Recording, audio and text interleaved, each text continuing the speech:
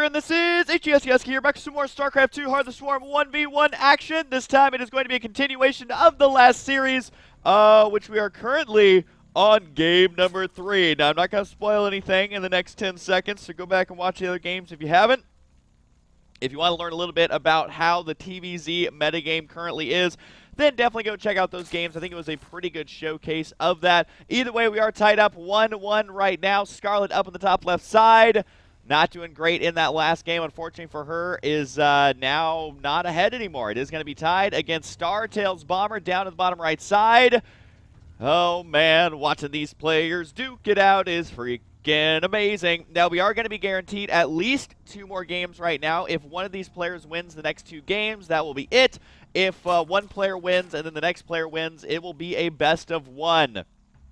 Basically, your chance of winning $40,000 will come down to a best of 1 if that is the case. Right now, though, it's actually just down to a best of 3, which is still pretty terrifying.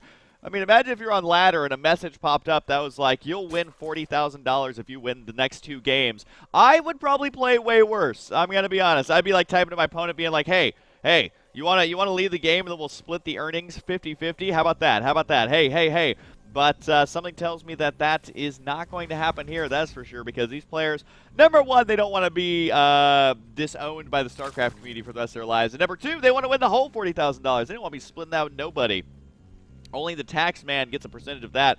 But either way, TVZ, always one of my favorite matchups to cast. I feel like every time I do a poll about what your favorite matchup is, the overwhelming majority tends to say TVZ. PVZ and PVT, you know, they're in second and third places respectively. But either way, love this matchup. It is a classic matchup. I mean, this matchup kind of dates back to even Brood War, when you would see Yellow versus Boxer, or even the movie Starship Troopers, man. I mean, that whole movie is basically a TVZ. Never saw Starship Troopers 2 or 3 or however many they went up to, but I love Starship Troopers, by the way. I wish they'd make more movies like that. Also, I saw the movie Elysium, whatever that one is. That movie is dope. I don't want to spoil anything. The ending, I'll just say I didn't agree with, but the entire movie is so intense. Oh god, it was so good. Anyways, back to this game. Sorry, I get a little bit sidetracked there. I don't go see a lot of movies, so when I see one, I get a little bit excited about it. Either way, we do have some Marines versus Rocks here, and I almost expect these Rocks to come back as zombie Rocks. If you guys haven't seen the episode of Imba League where all units return as zombies, you are absolutely missing out. And actually, right here, I think I have a message from TLO getting back to me. Hang on, I'm checking it right now. And yes, TLO has actually just agreed. Thank God he agreed to do this, because otherwise this would be kind of awkward. TLO has just agreed to do another episode of the zombie map, so I will be picking a Terran opponent for him to play in. So that's going to be another awesome TVZ, and honestly, this has been a very, very good week for StarCraft 2 as far as just the WCS replays being released. Imba League, I think, has been a lot of fun lately. A lot of good games out there. Lots of players kind of switching around teams. I know Baby Knight's on a new team now. And also Baby Knight, I believe, just kind of ranked up or advanced through the next stage of one of the tournaments that TLO is actually currently playing in as I'm casting this. I'm just dropping all sorts of knowledge bombs right now. There's a lot going on. Day 9 has announced some stuff relating to creating a completely new game. There's just a lot going on in the gaming world, and honestly, that's just in my little corner of the woods. I don't know. You know what? Whatever your other favorite game is, what is the news on that game? Let me know. Do you play Counter-Strike? Do you play Civ? Do you play League of Legends? Do you play Minecraft? Do you play Pokemon? What is the news for your favorite game that you're most excited about? Let's hear it. Let's hear it. Post it down below, because right now this has been another big macro game. And Bomber is actually going out for 3 racks with the Tech Lab. No upgrade coming out of the Tech Lab. Interestingly enough, he does have it, but is not upgrading anything right now. But where's that third command center is really the question of the hour. And Scarlett, you know, she loves to play a very, very late macro game when it comes to TVZ. We've seen her do it time and time again. I don't know if that's going to be the best option here versus Bomber. I mean, I feel like the last games have just been so weird. Like the one that Scarlett won, she won very convincingly. The one that she lost not convincingly. She got completely crushed there. So I don't know. I don't know. I don't know, guys. I don't know who's actually going to end up winning this, because I think that they both have their strengths and their weaknesses, and you have to try and tap into whatever little weakness you can. Like right now, Bomber going for this early third once again. This is exactly what we saw in the previous games, just going for early thirds, and it does look like Scarlett, I assume, has the double gas in the main base. Yes, she does. Is also going to be working on double upgrades. The 1-1 upgrades are going to be on the way. These should be before, yeah, Marine upgrades are on the way, so no engineering bay in sight to be able to upgrade those guys, but you do kind of sacrifice that when you go for such an early third. And that third is still on the way, but not nearly completed just yet. And it does look like the Lings right there going to try and scout around. Might actually be able to delay one of these refineries, which would be kind of cool. I mean, gas isn't as important for Terran as it is for the other races, especially Zerg. But, oh my god, this hatchery actually goes down, which I think it very well may. I think Scarlett getting caught completely by surprise on this. Does not have any Lings on the field. This Marine timing with the combat shield is actually just going to get a hatchery for essentially free. I don't even think she can trap these Marines. They might be able just to waltz all the way home. A little bit of micro here to kill off those broodlings.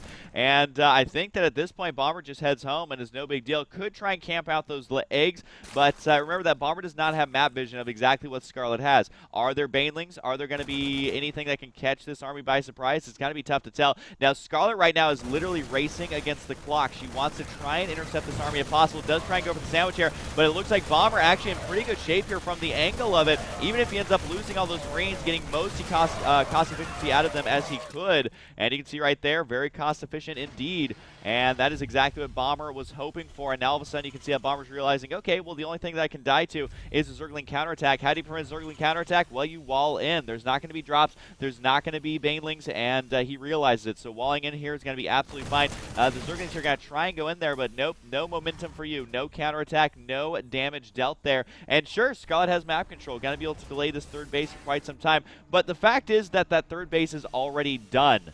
And that means that he already has an advantage over what Scarlett is doing, which currently is not a whole lot. She's trying to get that third base up. May want to go even for a fourth right now to try and play catch-up. It looks like the Ling over here is going to try to run a position to see if she can spot that command center landing. A couple of Marines got to be moving out here. I think that is just enough. Ooh, baits him into the siege tank there. Very, very nice play. Siege tank only gets one kill, but hey, still going to be worth it. And you can see the orbital command here has been spotted. And Scarlett, I mean, she wants to delay this as long as she possibly can. She knows that her third base is not even done yet. And it's only about 3/4 done right now. And the fact that Bomber has this can easily start to drop mules down there. This is basically what we're seeing similar to last game, where Bomber's like, all right, I've established my third. You haven't killed off one of my armies very cost effectively, and now I'm just going to be sitting on 3 bases and begin powering up on Marine, maybe powering up on Mines, but we do actually have an armory on the way. I'm kind of curious to see what comes of that. I guess just for getting more and more upgrades there. And yeah, it does actually times that perfectly. That's going to be finishing right when the attack upgrade is ready to go. It does look like the Lings, though, got to try and run down here. Baneling's going to be joining as well. So the Zerglings get to surround over here. They will trap these Marines. The angle wasn't absolutely perfect. Oh, moves a little too far to the right side, but a clutch split right there saves a lot of those units. The SCV actually bouncing off of the command center, which is always awesome. I love that they added like a hitbox, not only just on the flat surface of a building, but all the way around it as well. So units actually bounce and slide off of it. That is pretty dope. And also, every time, if you're watching a replay, the death animations are different every time, so you can just sit there and watch a battle over and over and over again and just enjoy it a little bit too much, but we won't tell people that. We will not be telling people that, but either way, we do have siege tanks inside of medevacs. Don't see siege tank drops very often, but hey, we very well could see that exact thing happening. Siege tank on the high ground is going to start blasting these poor little Zerglings. Now that they do have the 1 armor, it cannot one-shot Zerglings, but there still is always that splash damage, and that is going to be doing lots and lots of damage to those Lings. But we do have 2-2 almost on the way, and it looks like Bomber may find a timing here before that 2-2 is completed, before the +1 attack on the Mutalisk is completed. Yet the timing here is actually perfect. This is actually a perfect timing here before all of these upgrades and the Banelings complete. And you can see the Mutalisk there trying to make something happen, but they sacrifice their poor Overlord friends, who are the Overseer there, who is trying to spot the battle going on to help out, but he failed at that for sure. It does look like the siege tank going to be going to town over here.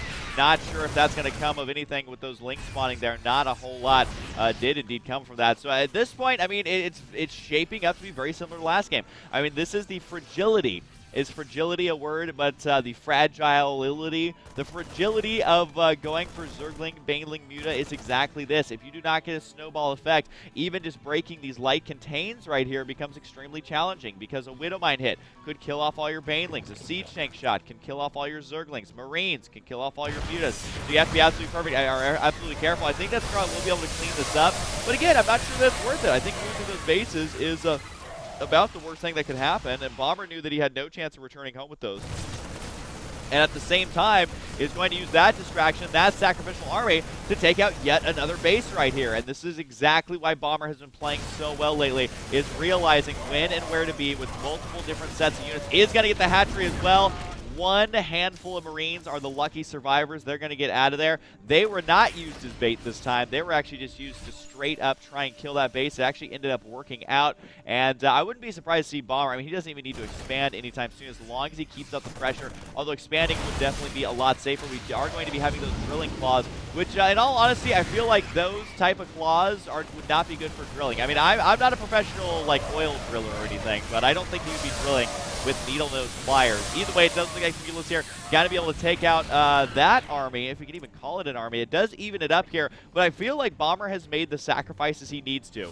He is like a working man. He's making the sacrifices he needs to for the greater good of the family, and I guess that means sacrificing lots of his children, if you consider his Marines his children, which is kind of weird, so maybe not the best analogy over here. Another hatchery is going to go down, drop it like it's hot. Oh god, I can't believe I just said that. I was like, I'm gonna say it, don't say it, it's already too late, I already said it. It does look like this drop over here trying to get cleaned up, but again, the problem is that these are worthy sacrifices. Using that medevac over there, guess what? Baits away here in the main base. Might kill off a Queen. That makes the other drop absolutely worth it. And down goes Queen. Manages to save some of the Marines. I think it's only 2. These guys are bros for life, which that life may be short-lived as the Mutalisks here are ready to go. And yeah, not a whole lot that could have been done right there by Bomber, but at the same time, look at that. He uses that drop. Guess what? Got to be pushing out with this army to clean up creep. And this is why Bomber is kind of a next-level Terran player. I think that this is where Terran players can really start to learn from, is just because you're doing a drop does not mean you're just trying to do damage. There has to be kind of a follow-up plan. What are you going to be doing during that drop? Yes, you still got a macro. Yes, you still have to make units. Yes, you still have to expand, but you also should be positioning yourself aggressively when and where you can. So now this attack is ready to go. Let's see if Bomber decides to try and win the pure play right now, or if he's going to attack somewhere else at the same time. Either way, it does look like Scarlett having a very, very difficult time right now actually cleaning this up, and Scarlett just being picked apart. This is some literally next level play here, I would say, from Bomber. Just basically multitasking non-stop reinforcements here. The expansion timings are perfect. This command center is just now completed. I think, oh, was that a Manor command center right there? I think that was. There's going to be the GG. Bomber knows that he has enough money to throw at a Manor command center, and Scarlett, that's going to be upsetting to her, I think, to kind of see those bad manners thrown out. So we'll see. Can Bomber actually seal the deal, or should you only do the bad manner command center when the fat lady has sang her favorite pop song? Look, guys, we're living in a new era. They no longer sing opera. It is all about pop, obviously. But either way, we're going to go ahead and go on to game number 4. It is currently 2-1 in Bomber's favor, and we shall see if Scarlett can pull this one back in, or if Bomber is going to move on through with a 3-1 victory. Let's find out in the next game. Hope you guys enjoy it, and I'll see you guys next time.